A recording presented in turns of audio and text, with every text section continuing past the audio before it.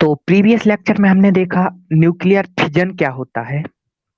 आज के लेक्चर में हम बात करने वाले हैं न्यूक्लियर फ्यूजन के बारे में। नाभिकीय संलयन क्या होता है।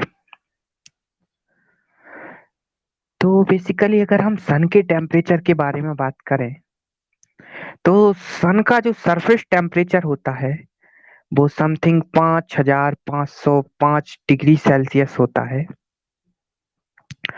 ऐसे ही एक और स्टार अगर हम ईटा कैरिना इसके बारे में बात करें तो इसका टेम्परेचर सरफेस टेम्परेचर की बात करें इसका तो लगभग लगभग 40,000 डिग्री सेल्सियस होता है इसका सरफेस टेम्परेचर।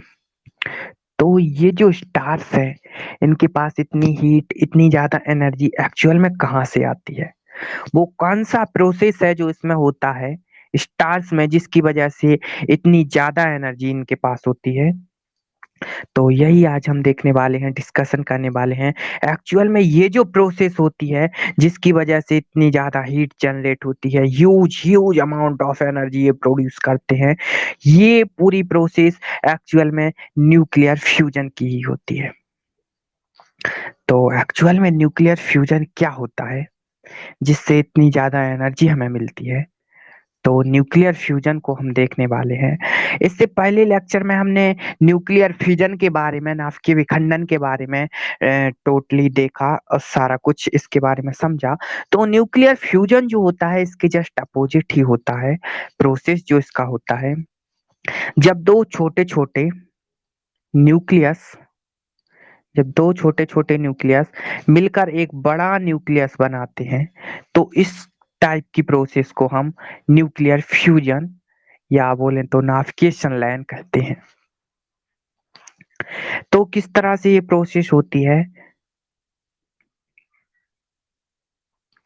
एक्चुअल में ये सारा कुछ स्टेबिलिटी के ग्राफ पर डिपेंड होता है। ये देखिए कुछ इस तरह से स्टेबिलिटी का ग्राफ अगर हम समझें ठीक से तो यहाँ अगर हम स्टेबिलिटी माने और स्टेबिलिटी का ग्राफ कुछ इस टाइप से होता है। यहाँ एटॉमिक नंबर की बात करें हम 1 2 3 4 कुछ इतना तो यहाँ मान लेते हैं 20 और यहाँ 140। तो ये जो एटम्स होते हैं 20 से 140 के बीच में ये बहुत बहुत ज्यादा स्टेबल होते हैं। इससे जो 20 से छोटे जो एटम होते हैं इनका जिनका मास 20 से कम होता है वो उतने ही ज्यादा कम स्टेबल्स होते जाते हैं और 140 के बाद वाले जो एटम्स होते हैं उनके न्यूक्लियस भी कम स्टेबल होते हैं उतने ज्यादा स्टेबल नहीं होते हैं।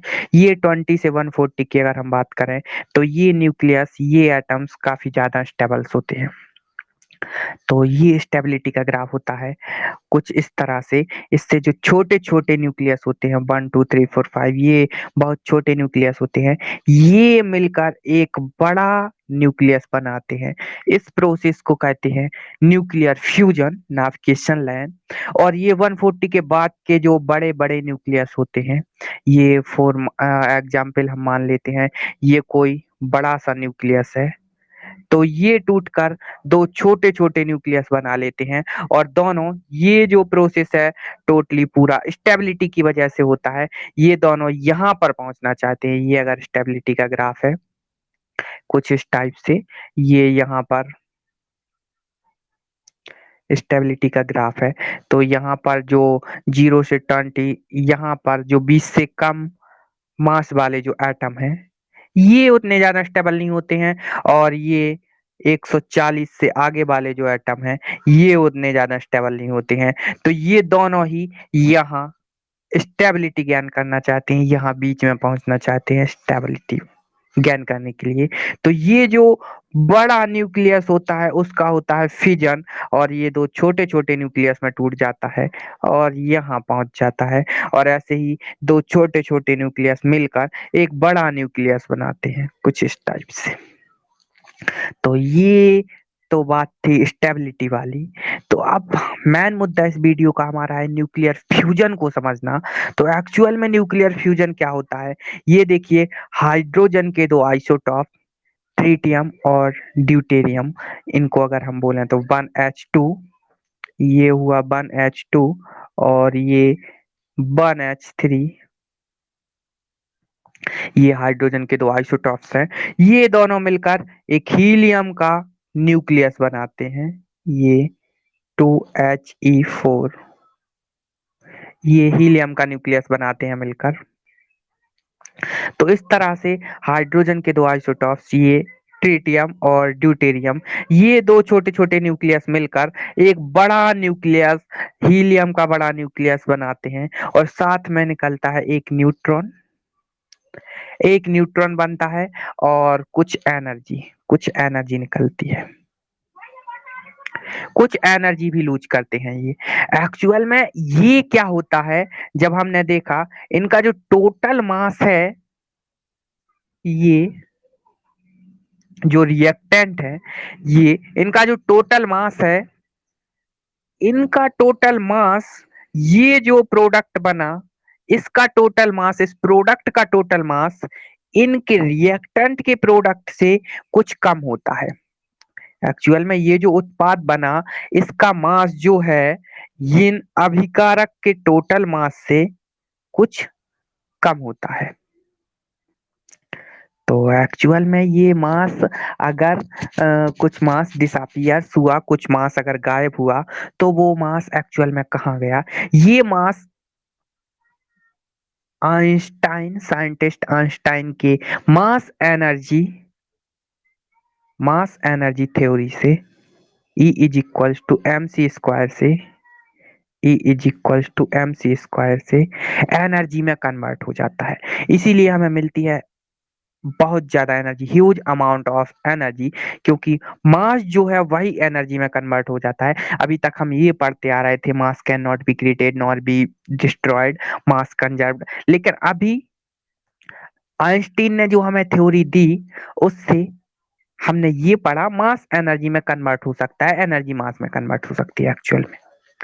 तो ये जो मास गायब हुआ, डिसअपियर्स हुआ, ये मास कन्वर्ट हुआ एनर्जी में, और यहां से मिली हमें एनर्जी। फॉर एग्जाम्पल, अगर ये जो मास है, ये जो मास है डिसअपियर्स जो हुआ, वो अगर डेल्टा एम है, तो यहाँ पे हमें जो एनर्जी मिलेगी वो E is equal to delta M C square, इतनी एनर्जी हमें मिलेगी। और यहाँ पे एम, डेल्टा एम जो मास है, जो मास डिसअपियर्स हुआ, वो मास है। और यहाँ पे जो सी है वो स्पीड ऑफ लाइट है वैक्यूम में। तो एक्चुअल में जब दो छोटे छोटे न्यूक्लियस, ये देखिए ड्यूटेरियम और ट्रिटियम, ये जब दो छोटे छोटे न्यूक्लियस मिलकर एक बड़ा न्यूक्लियस बना लेते हैं, तो साथ में एक न्यूट्रॉन निकलता है। और जो मास यहाँ पे, मास जो डिसअपियर्स हुआ, वो कन्वर्ट होता है यहाँ पे एनर्जी में, आइंस्टीन थ्योरी से। तो ये था न्यूक्लियर फिजन, जब दो छोटे छोटे न्यूक्लियस मिलकर एक बड़ा सा न्यूक्लियस बना लेते हैं। तो इस पूरी प्रोसेस को बोलते हैं न्यूक्लियर फ्यूजन। तो आई होप आपको न्यूक्लियर फ्यूजन समझ आया होगा ना, कि ये सनलाइन एक्चुअल में क्या होता है। तो आज के लिए इतना ही, मिलते हैं नेक्स्ट लेक्चर में। Thank you.